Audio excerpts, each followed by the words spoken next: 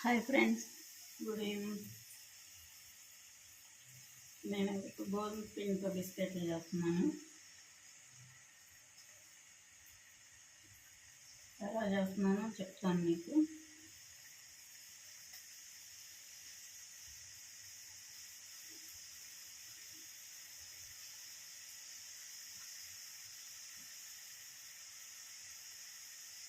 బాగున్నారు అందరూ లంచ్ అయిపోయిందా? నేనైతే బాగున్నాను. అందరూ బాగుండాలి, అందులో నేను ఉండాలి. నేనైతే అన్నం తినేసాను. అన్నం తిన్న తర్వాత మొదలుపెట్టాను.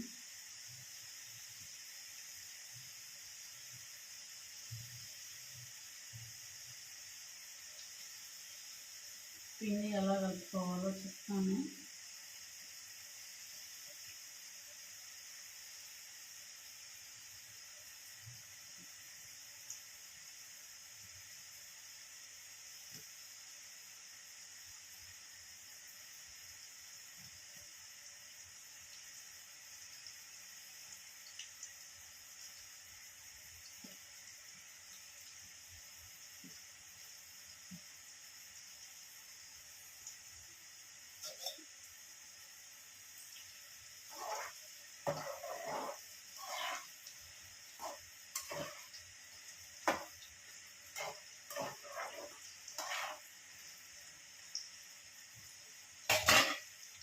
ఫస్ట్ పిండిలో అయితే ఇది గోధుమ పిండి,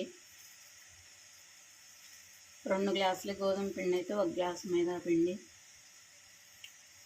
కొంచెం ఉప్మా రవ్వ అంటారు కదా, తెల్ల రవ్వ, బొంబాయి రవ్వ, అదే సోజీ రవ్వ అంటారు, తెల్ల రవ్వ, ఉప్మా చేసుకునేది అది కొంచెం, గోధుమ పిండి 2 గ్లాసులు, మైదా పిండి 1 గ్లాసు, కొంచెం సోజీ రవ్వ. దీనిలో కొంచెం నూనె వేసుకున్నాను, ఉప్పు, కారం, వాము, జీలకర్ర, కోడిగుడ్డు వేసాను. అన్నీ వేసి పిండి కలిపేసి దాని మీద తడి క్లాత్ ఒకటి కప్పి 1 గంట సేపు నానబెట్టాను పిండిని. ఇలా సాఫ్ట్గా అయింది. దీన్ని చపాతీ చేసుకొని బిస్కెట్లు పోయటం.